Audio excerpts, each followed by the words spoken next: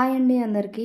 Today మనమైతే ఒక విషయం మాట్లాడేసుకుందాం. నేను డైలీ లంచ్ వీడియోస్ అయితే పెడతాను కదా! నిన్న లంచ్ వీడియోకి నాకు ఒక కామెంట్ అయితే వచ్చింది. చాలా సర్కాస్టింగ్‌గా, వెటకారంగా అనిపించింది. అసలు వంట చేశారా? మళ్ళీ దానికొక వీడియోనా అని పెట్టారు. ఏం వంట లేదండి ఆ వీడియోలో. నాకర్థం కాలేదు. రైస్ పెట్టానుగా వేడివేడిగా. కర్రీ కూడా చేశాను. వేడి అన్నంలోకి నెయ్యి ఉంది, కొబ్బరి కారం ఉంది, పెరుగుంది. ఈ సరిపోవా ఒక పూటకి?